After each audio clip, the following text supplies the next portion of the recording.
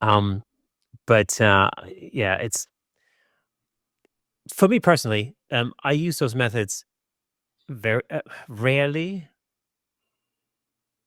It really just depends on what the image is. Or in real life, I shoot a lot of portraits and headshots in particular. And of course, with headshots, time is money, so to say. So it depends. It really depends on what the purpose of that particular image is, as to you know the delivery Well, format. yeah. Now I don't think I've done a 4-hour retouch in maybe 5-6 years. I don't have those clients anymore. The clients I'm working with are wanting more real. I still have. I can clean up I can remove a pimple in dodge and burning. Yeah.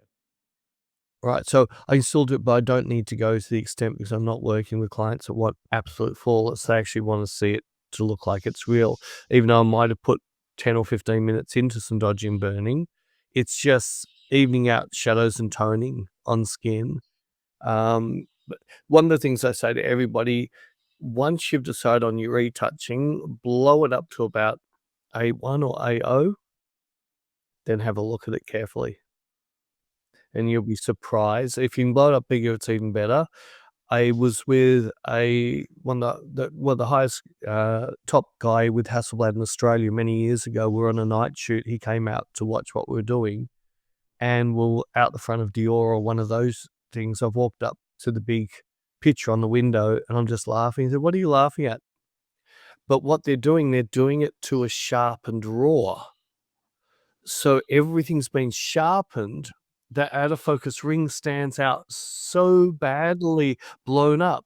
You can't see it small, but once it's blown up, so a thing on sharpening, the worst area, if you're gonna do any type of skin retouching, you don't sharpen before you do all your retouching if you have that obsession of sharpening, It, because yeah, I'm it's gonna completely with you. stand out. So it's gonna stand out, and until I find it with corporate clients a lot. So I often work with corporates, and so the thing about corporate headshots very often is that of course their marketing team will use those headshots to replace the background and do whatever the heck they want with it. The thing that irks me always is when I'm not told that that's what's going to happen, um, because otherwise, I could just quite easily shoot for extraction, no problem. Like, yeah, but I but need they to, didn't. Yeah. yeah, but I need to.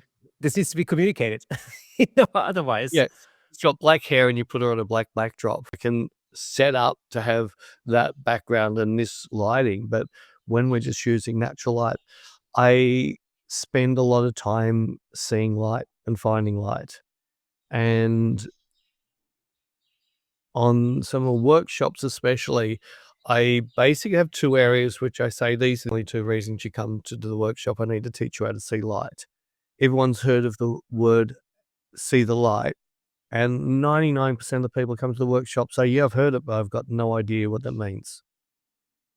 And I show them, and it's amazing. They just go, "No way." I said, "Yeah, we're not seeing the light, we're seeing the damage from the light. We're looking at the shadows." Now, lots of people have the bags under the eyes thing. It can't be fixed with makeup because it's not actually, it's smooth skin, rough skin, smooth skin. The rough skin creates a shadow if the light's coming from the wrong direction.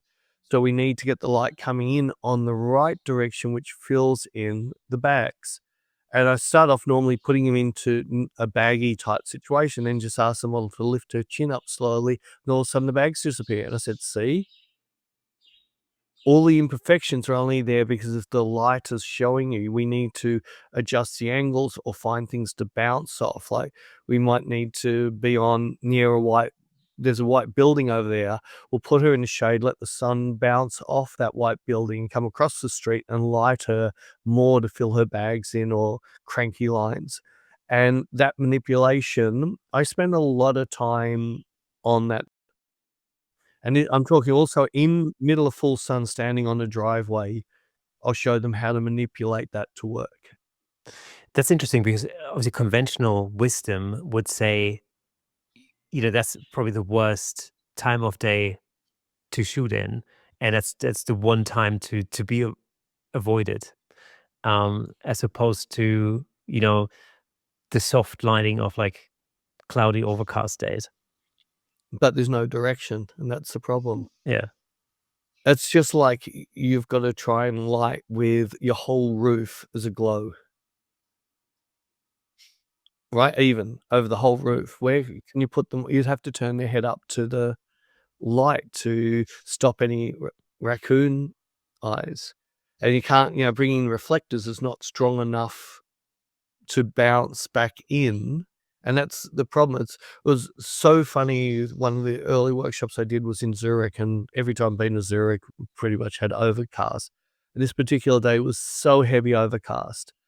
And there was this beautiful park, and there was also some government housing concrete buildings.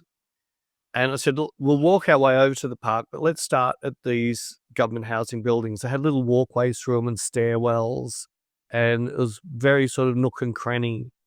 And we got in there, and there was some horrible graffiti on the wall, really poor graffiti, like a penis drawn. Nothing cool. It was just crap.